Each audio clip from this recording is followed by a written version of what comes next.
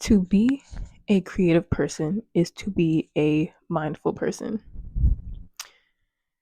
Mindfulness and creativity go hand in hand, okay? Because when you are present in your body while you're doing anything, and it is not just include meditation, when you're present in your body, like doing anything repetitively that requires your full attention, it requires discipline to be focused on one thing at a time, right? Which meditation helps with.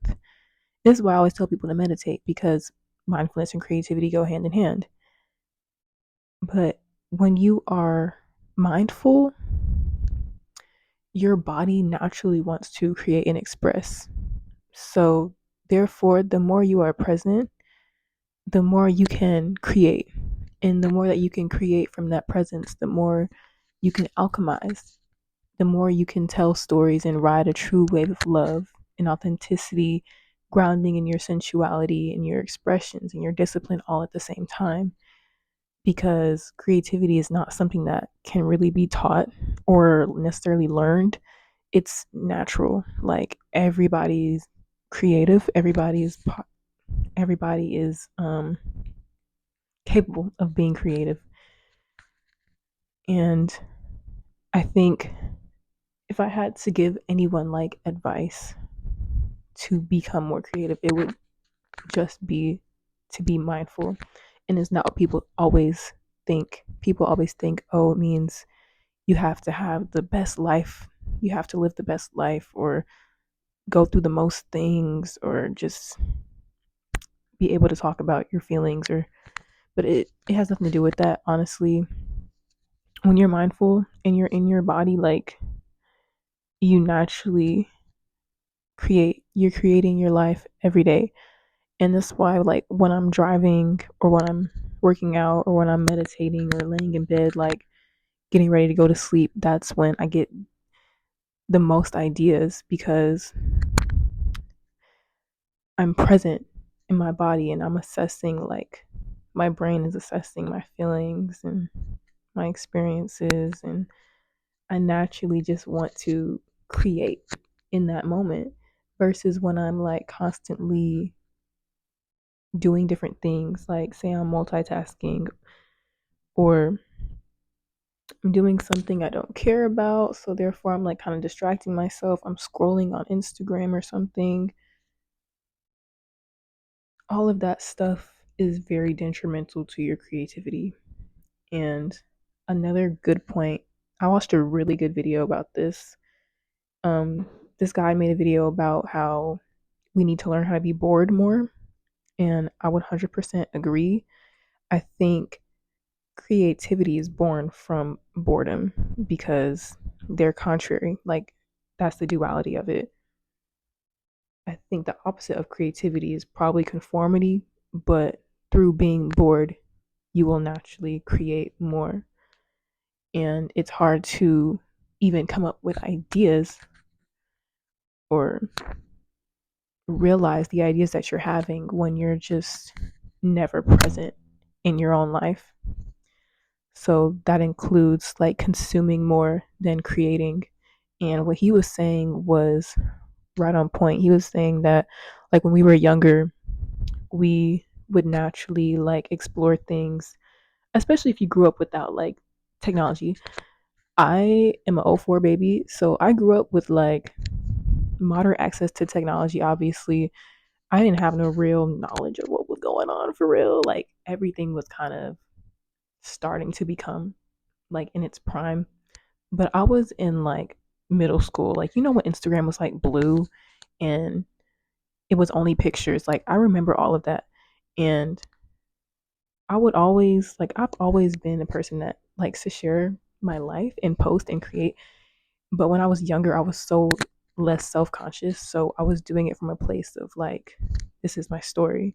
And I just want to share this with you guys, or this is something that I thought was pretty. But little did I know that I was creating art.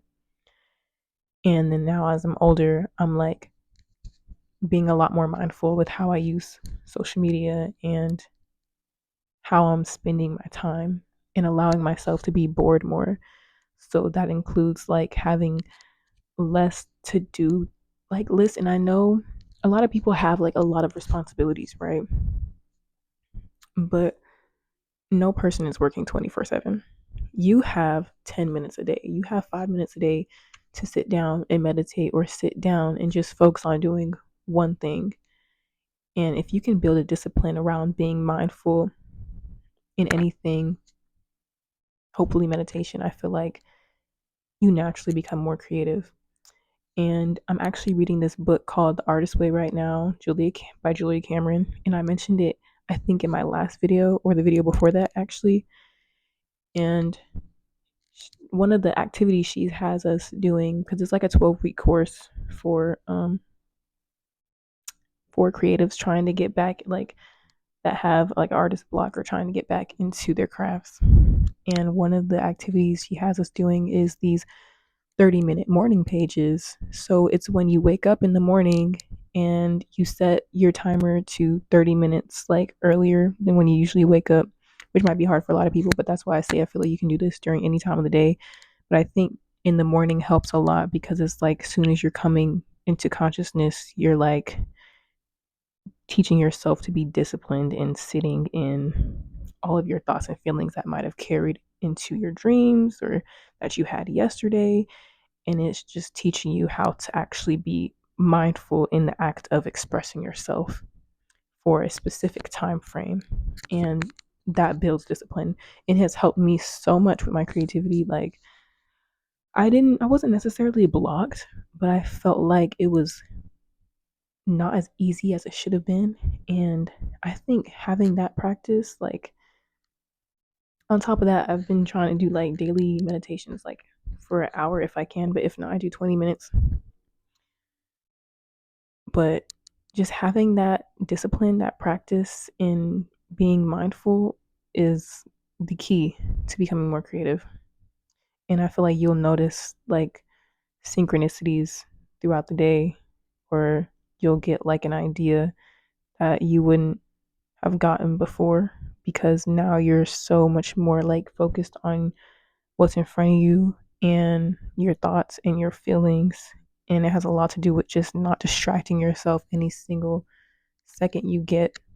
And I think that's what like corporate America, or like the society we live in, is trying to do to us, or not trying, but is deliberately doing to us.